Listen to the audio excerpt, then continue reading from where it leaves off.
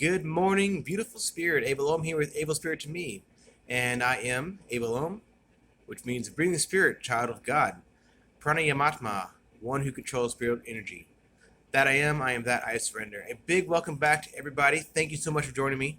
Today we are going to talk about the Khechari Mudra, stage 3. And I'm going to show you some diagrams like this one. I did not draw any of these. They are from other sources, so I'm not taking credit. Just in case anyone out there feels like that needs to be stated, yes, I did not create these. So this diagram, again, I did not make up, but it shows that stage 1 shows that your tongue is still in the oral cavity, right? And if we go to the next stage, shows that stage 2, your tongue is coming back behind the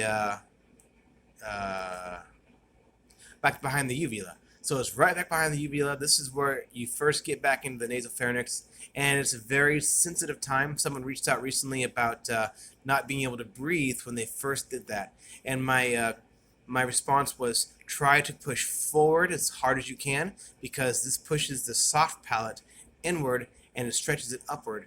And over time, this soft palate is going to get more and more stretchy as you continue to push forward and up. So that's stage 2. Stage 3, as you can see, the tongue goes up to the top of the nasopharynx against this little bone here. This is the sphenoid bone, and that is the sphenoid sinus. And you see this little white thing right here, that is the pituitary gland. So in case you're wondering about the anatomy of the brain, the center of the brain, right between the center of your eyes to the base of your head, goes through the pituitary gland. That is the geometric center of the brain. That is where you're trying to connect with your Agna, chakra, right there. So once again, this shows this to be stage 3. Now I found this to be interesting because this diagram also shows the next stage, stage 4. Now, if you notice, the tongue goes past the uvula, up the nasopharynx, to the top of the nasopharynx, and then it shoots forward into this cavity in front. Now, there are some complications to achieving that. This is stage 4, according to this diagram, and it's stage 5, according to some other resources. But I'm going to show you something else that's fascinating. Check this out. Okay, so this other diagram shows this to be the complete Khechari Mudra. It shows the tongue goes up behind the uvula to the top of the nasopharynx, and it stays right there, and that puts you in connection with your pituitary gland and your pineal gland, right? And I want to point out this little line here. That is a bone called the vomer. It separates the two sides of the nasal passage. So some would call you complete stage 4 right here. This is not difficult to get to. This is quite simple to get to. This is what I call stage 3.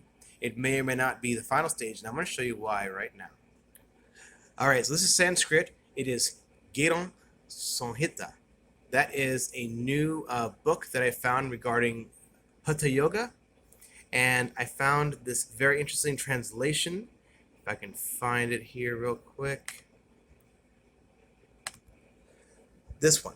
The body becomes beautiful, samadhi is attained, and the tongue touching the holes in the roof of the mouth obtains various juices, etc., etc. So what I find fascinating is that would support the idea that this picture, the roof of the mouth or the roof of the nasopharynx, would be the final stage in the Khechari Mudra. However, like I said before, I also find this stage to be possible. So I have achieved kind of in between those two. This part is easy, and getting it to the very top here is where it becomes difficult. I'm going to show you a couple of more diagrams that support why this is my belief at the moment. Okay, so this diagram shows a little bit more detail, but all the basic anatomy is there. This is the tongue, this is the hard palate, this is the soft palate. So when you get the tongue behind the soft palate and you push it up, this is eustachian tube hole, don't worry about that. But when you reach up, you're not going to be able to feel that, but you are going to feel back here. There is a spongy, wrinkly tissue right there, and it's your adenoids, okay? Now these, when I first started putting my tongue up there, it felt like a mound. And I was told by this wonderful associate I know in Greece that you're supposed to push on that, push it forward all the way as far as you can. So I did exactly that. I pushed on the adenoid tissue and I pushed up and rather hard actually over time, months and months and months, and that actually went away, went completely flat. And when it went completely flat, it came to this point right here, right beneath the sphenoid sinus, and I started to feel little tiny holes right there.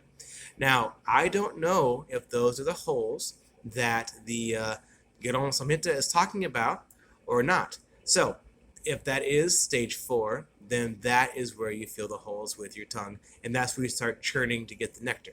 Now, let's just say for giggles that that's not the final stage, and there's one more. That would mean you're reaching up here into the nasal cavity, and what I want you to see here is this is the ethmoid sinus once again, and you have the pituitary gland right there, but the ethmoid sinus has a hole in the front of it. And did I say ethmoid sinus? I meant sphenoid sinus. Sorry. Anyway, the sphenoid sinus goes through to the nasal cavity right here. Now, when you're trying to get your tongue from this stage 3 up here, you actually have to turn your tongue sideways. And you do it in a very interesting way. You slide your tongue up the top of the nasal pharynx, and then you're going to feel on both sides of your tongue this thing right here, this bony structure called the superior nasal concha. What you do is you put the outer part of your tongue on top of this concha, and you let the inside of or the other side of your tongue slide down. So if you're trying to go up the right side, you'd put your right side of your tongue on top of that, the left side of your tongue would droop down, and you would stick it up into that hole.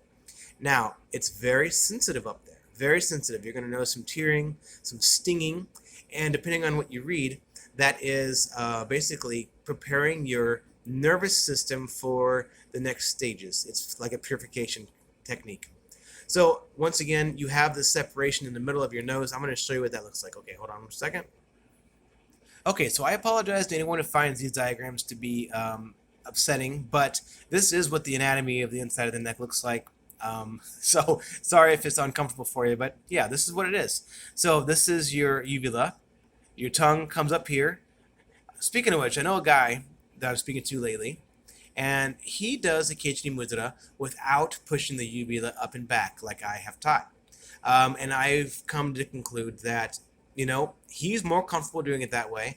I'm more comfortable doing it my way. And there's no right or wrong. That doesn't matter. But for me, it was necessary to push the uvula up to stretch the nasopharynx enough in order to achieve higher levels.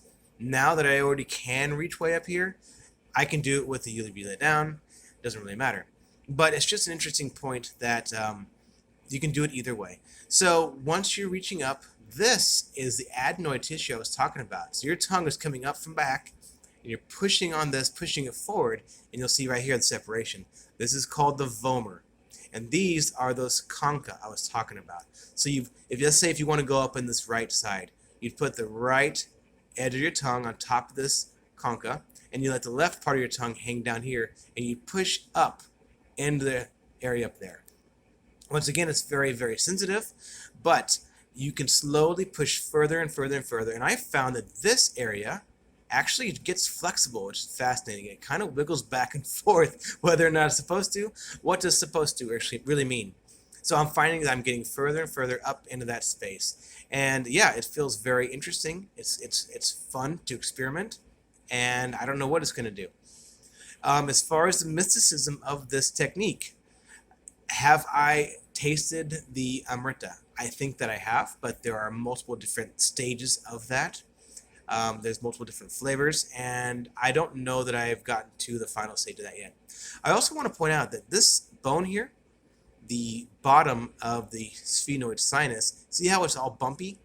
I do believe that after you flatten the adenoid down all the way, that is what you're feeling. So it is possible that fluid leaks from the sphenoid sinus down through these little holes and down into your nasopharynx. It'd be hard to prove one way or the other. I will say when I was taking medical school and I learned about these structures, right in front of this is what you call a cribriform plate. It's right below your olfactory nerves, and it is known for being a porous, bony structure. So if that part of the skull reflects this part in any way, it makes sense that fluid from above may trickle down through here. So if you flatten your adenoids down with the tongue, it would make sense that you can taste fluid leaking from there. But also, I'm going to go to the other picture again. So once again, if you flatten this down, it's possible that you're feeling fluid leak from the sphenoid sinus down here, coming from the pituitary gland. But also, please note that this sinus has an opening to go here, and the fluid leaks down from there too. So it's my belief that you should practice both. I don't know what's perfect. I do know that you can do the Nadi Shodhana by blocking your concha right here, but you can also extend your tongue up further and block the passageway up there as well. Please keep trying. Let me know what works for you. I'm going to keep going. I'm determined to get my tongue all the way up here. And I would point out, it's not due to the tongue not being long enough. It's due to the size of that nasal hole. You have to turn your tongue sideways, and it's very, very difficult to squeeze your tongue in here. I have to push really hard, and it takes effort, and it's not all the way to the top yet. So I'm going to keep you updated how that goes. There was one person who was watching my channel and wanted me to demonstrate how to put the tongue behind the uvula. Now, I did not want to show my inside of my mouth to anybody, but because I am here for you guys, I'm going to do it right now, okay? So I'm going to show you with the uvula going up with my tongue and then with the uvula in front of the tongue. So 1 second while I rearrange the camera. Okay, I can't really see what you guys see, so I hope this works, but my soft palate is very stretched, so here we go.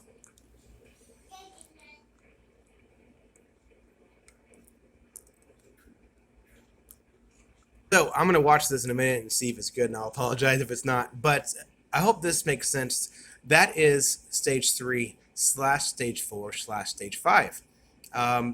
People get really heated about what is what because everyone has this preconceived idea. Once you achieve this mudra, you're supposed to be able to astral project. You're supposed to be able to live without hunger, live without thirst, live without falling to sleep. It says those people who achieve this mudra can astral project, live without, they never lose consciousness, all these things. And, you know, I hope that's all true. I hope it's all true, but I have not achieved everything on that list yet. And all I can do is keep my practice going. I hope you do too. I hope this is motivational for any of you, makes sense for any of you. And if not, please let me know. Call me out, email me, text me. Not text. Leave a message on the video. So, yeah, if you have any questions, please let me know. I hope you enjoyed this. Be well. You know I will. Thank you.